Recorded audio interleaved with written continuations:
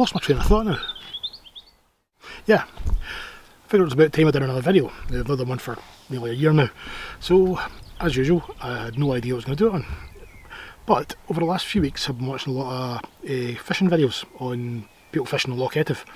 And I figured it's just along the road, I can give it a try myself. Now, I haven't done any real fishing for years. I mean, I used to fish when I was a kid, and I've got a wee spinning rod I take camping with me now and again. I never catch anything of any significance, very rarely ever catch anything. So I bought some cheap gear. I got a cheap boat rod and reel and some various bits of tackle. I made some traces up based on various YouTube videos because I have no clue what I'm doing. So this morning I got up early, loaded the canoe up, headed out into the loch.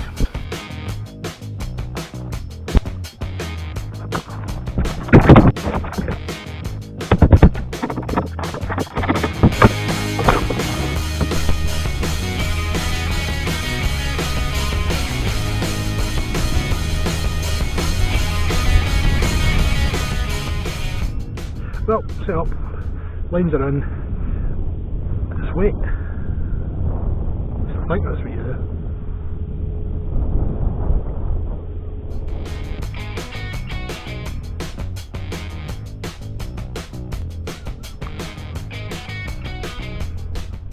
It's hard going this, you know, being a fisherman. I saw an otter earlier on, over at the pier when I was putting the canoe in. I think I got it on camera. Don't know. Couldn't see it because of the sun. Yeah, sun. Look. Sun! First time in about 3 years. Still haven't caught anything. Wonder if I'm doing this right. Still waiting. I've drifted over this same patch a couple of times. I've looked at Navionics, the kind of depth charts, and there's a big kind of depression here. It's quite deep. It's about 30-40 metres.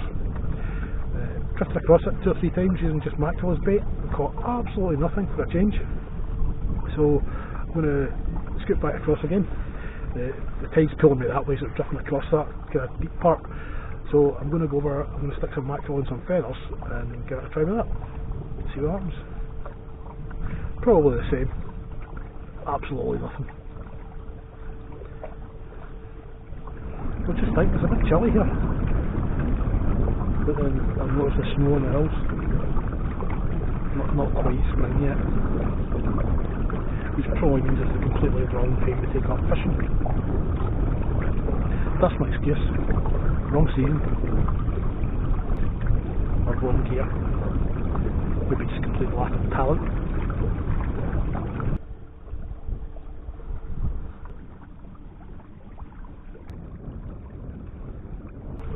This is also my first time using this wee action cam for a while. So whether it's even going to pick up audio or not, I don't know. I'm just going to have to hope it does.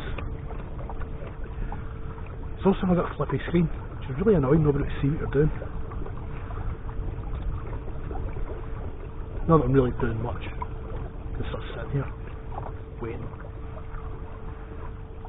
I'm good at waiting. There's worse places to wait. Well, that's the feathers on. Well, that's the feathers on one rod. There's that wee bit of mackerel on there as well. And the other rod I'm just fishing on the bottom with mackerel bait. Stuff drifting. Tide must be changing. On the turn, so I'm now stationary, which is good because I can keep the weight sitting on the bottom. Beautiful day. There's a guy in a yacht over there looking at me because I'm talking to myself again. Yeah, I better put this camera down. It just occurred to me, if I catch something, I'm not going to know what to do with it. There's like nowhere to put anything in here because I'm in a canoe. If I got a bite, this could get messy. If I get a bite. Still waiting. Oh, I've caught something.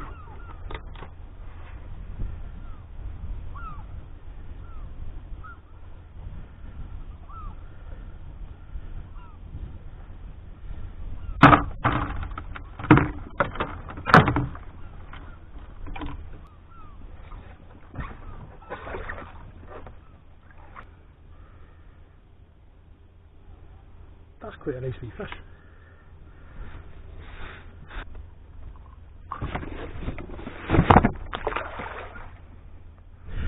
Right, well I got him unhooked and back in the water. Just a wee spur bug. First spur bug I've ever caught. Actually the first fish I've caught in about the last year. But anyway, quite pleased I caught some. Apart from hypothermia on my toes. Well, getting them into the boat and unhooked was a bit messy. So I'm going to need to rejig my canoe fishing system. Because there's not enough space at this side of the boat. Because I've got my tackle and everything up here, so I need to move that over there. And yeah, just do some housekeeping.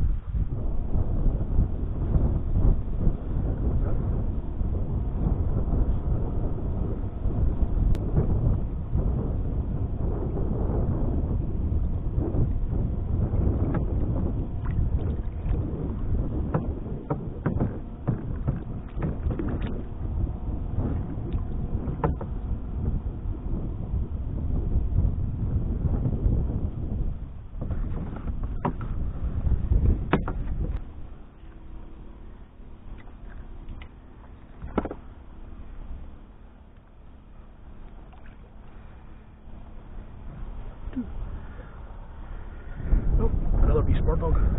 Wee spur dog. Really spur dog. But it's better than nothing. 2 fish one day. Quite happy with that. Maybe get another half an hour and then head back. And I can call myself a fisherman.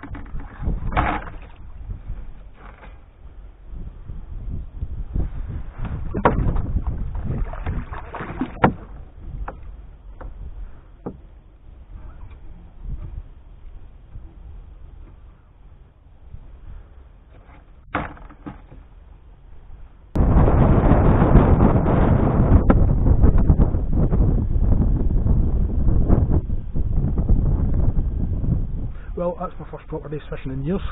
Quite pleased. 2 fish, 3 fish, 2 and a bit, kinda. Just getting packed up and I'm going to head back over to the car and get loaded up and get home. So, all in, good day.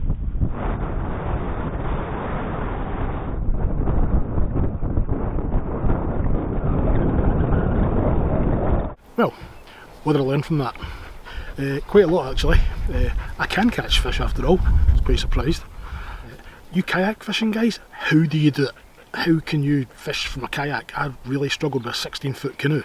I had no space. I was just constantly tripping over things and everything was in my way. I couldn't access anything. There was just clutter everywhere. I just couldn't keep the canoe organised. Now mainly I'm thinking I can move everything in the boat further forward. Now, that's not just for space and access reasons.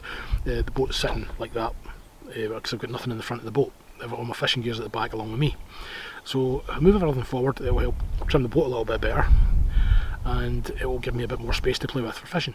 Another thing I noticed as well today, because I had all the stuff in front of me, is I had no leg room. You know, when I'm taking the canoe out and I'm going camping, everyone's loaded in the front and I've got plenty of space to stretch out in the back, and I'm paddling, so I'm moving around an awful lot more. I don't stiffen up and I don't get uncomfortable. Today I was getting quite uncomfortable after 4 hours, and it was quite a relief to get back out of the canoe. Now my plan is, since I don't use the middle seat in the canoe, when we use the canoe it's either me and Julie in the canoe or just myself. So the middle seat's just something that gets in the road. It's needed for structure, so there has to be something there. The canoe's too heavy to carry for portages, so there's no thwart, so there's no point in putting a thwart in there. But what I was thinking I can do is put in a small table that's going to be solid enough that it will hold the structure of the canoe, and it will give me somewhere to put stuff down and somewhere to mount things. I was finding it was really difficult when I was bringing a fish into the boat, is there was nowhere to put it except on top of my tackle box, and when I did that I then can't get into my tackle box to get my hook pliers or my knife or anything. It was just awkward, and having a bit of extra space there will give me somewhere to land fish and keep all my stuff out that I need. Another benefit would be it'll give me somewhere to mount the camera as well. I was just using a small tripod and a little action camera today, so it was getting put down and picked up and turned on and set up while I'm trying to catch a fish at the same time, and again that was a bit inconvenient. If I can put a proper mount on that table, then I can have the camera fixed in place all the time. I just need to turn it on and I'm good to go. A couple of other things I learned today. The second rod I was using was a spinning rod. I'm thinking maybe another short boat rod would be best, purely because it makes it a lot easier to basically get a fish into the boat and keep the rod out of the road without having to let out line and lay it right across the length of the canoe and fiddle about with traces.